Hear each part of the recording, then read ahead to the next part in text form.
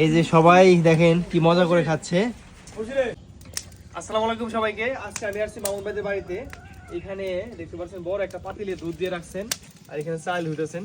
এটা কি রান্না হচ্ছে মামুন ভাই? এটা হচ্ছে হলো ওই গবাদি পশুর জন্য সিন্নি করা হয়, যাতে গরুর কোনো বালা মুসিবত না থাকে।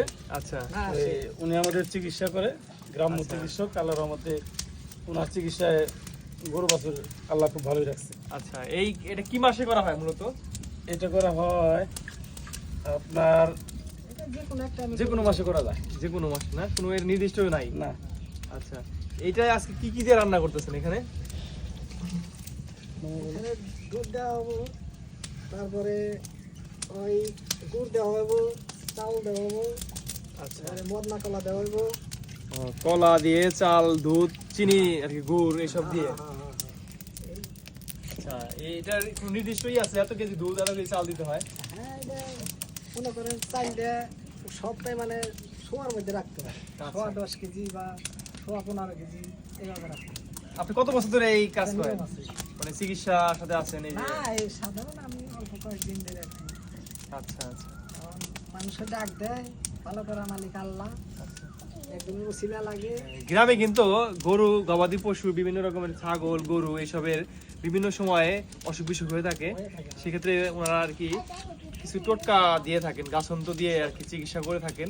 গবাদি পশু যেন কোনো বালা মুসিবত না আসে সেই উপলক্ষে আর কি এখানে পায়েস রান্না করতেছে এবং এটা আবার সবাইকে খাওয়ানো হবে। খাবার দেওয়া হবে কখন?